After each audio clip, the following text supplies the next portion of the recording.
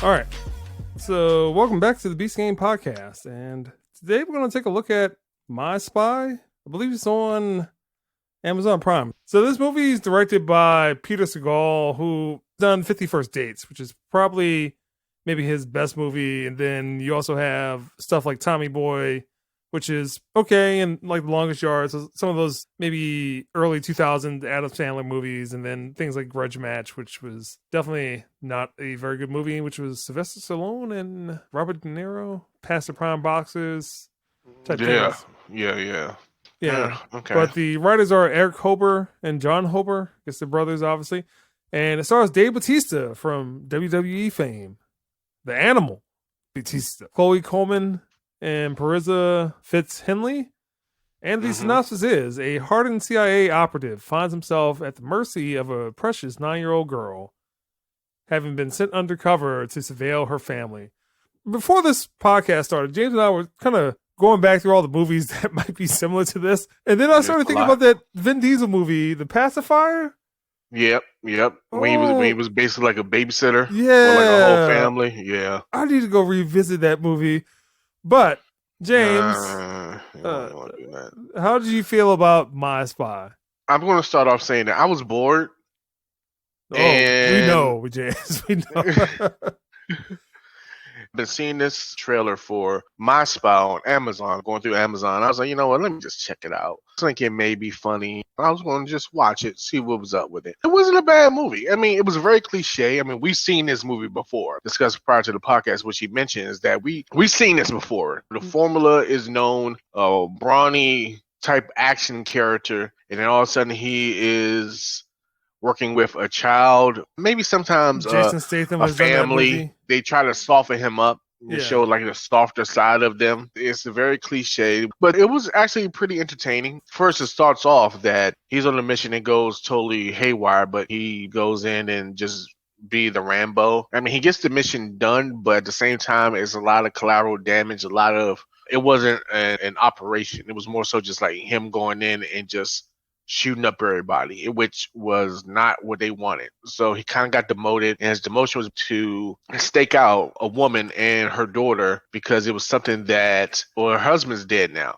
that her husband was involved in, and they wanted to see if the people were going to contact her and try to get the information that they were trying to procure. So that was the gist of it. It was also him, and he had a partner, but she was more so like an analyst, and they had pretty good chemistry. The kid, I actually liked the young girl. She was pretty funny. They always play the one that's kind of like conniving, but in a cute way, and they did the same thing here. The chemistry between Bautista and Chloe Coleman, chemistry I thought was pretty good. I mentioned this to Barry too. Batista is not really a bad actor. Out of all the people that came out of like WWE or wrestling or just sports, I believe that he's probably the most well-rounded, and that includes The Rock.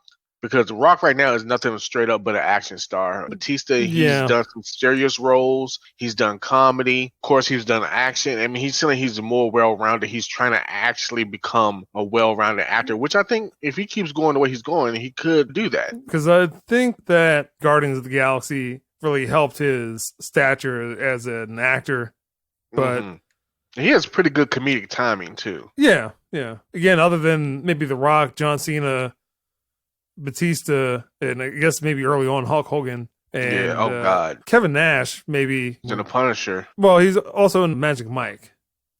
Oh yeah, but really, those three, the first three, like there really hasn't been too many people that have really made any significant type of movement. Made a good transition. Yeah. But Edge was also in that Highlander movie.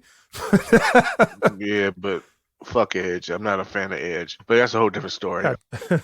I said the movie overall, I enjoyed it. It was way more than what I expected. But you knew what was going to happen. You knew that the girl and Batista was going to become close, and it was going to soften him up, and he was going to end up falling for the mom. Then somehow, some way, his cover got blown. The mom found out she was hurt, and then he got to save the girl. Even though I knew that was going to happen, I still enjoyed it. And I always talk about movies, how movies are predictable. You know what's going to happen. This was very predictable. Like I said, we've seen this formula before. This is nothing new, but I was entertained by it. Pleasantly surprising movie.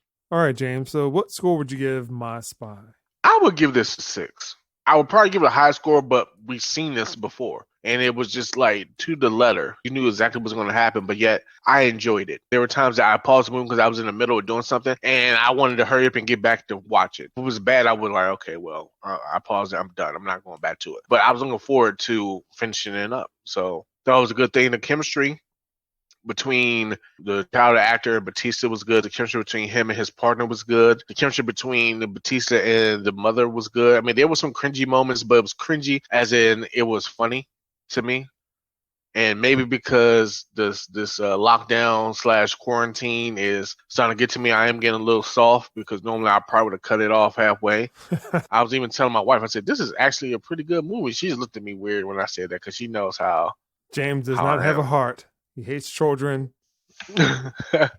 Hates them. Despises children. I will watch it again because, like I said, the little girl, she was cute and the little things she wanted to do. She wanted to be a spy. She wanted him to teach her the ropes and all that. It was like one little thing that she did. She was like, one thing I want to do a walk away, like from an explosion. You know how in a typical action movie, the action hero walks away from an explosion? Yeah. She wanted to do that, and she ended up doing that. It was so fun. I can't believe I'm doing it. I'm actually smiling just thinking about it because it was so funny to me. Oh, my God. So, something's wrong with James.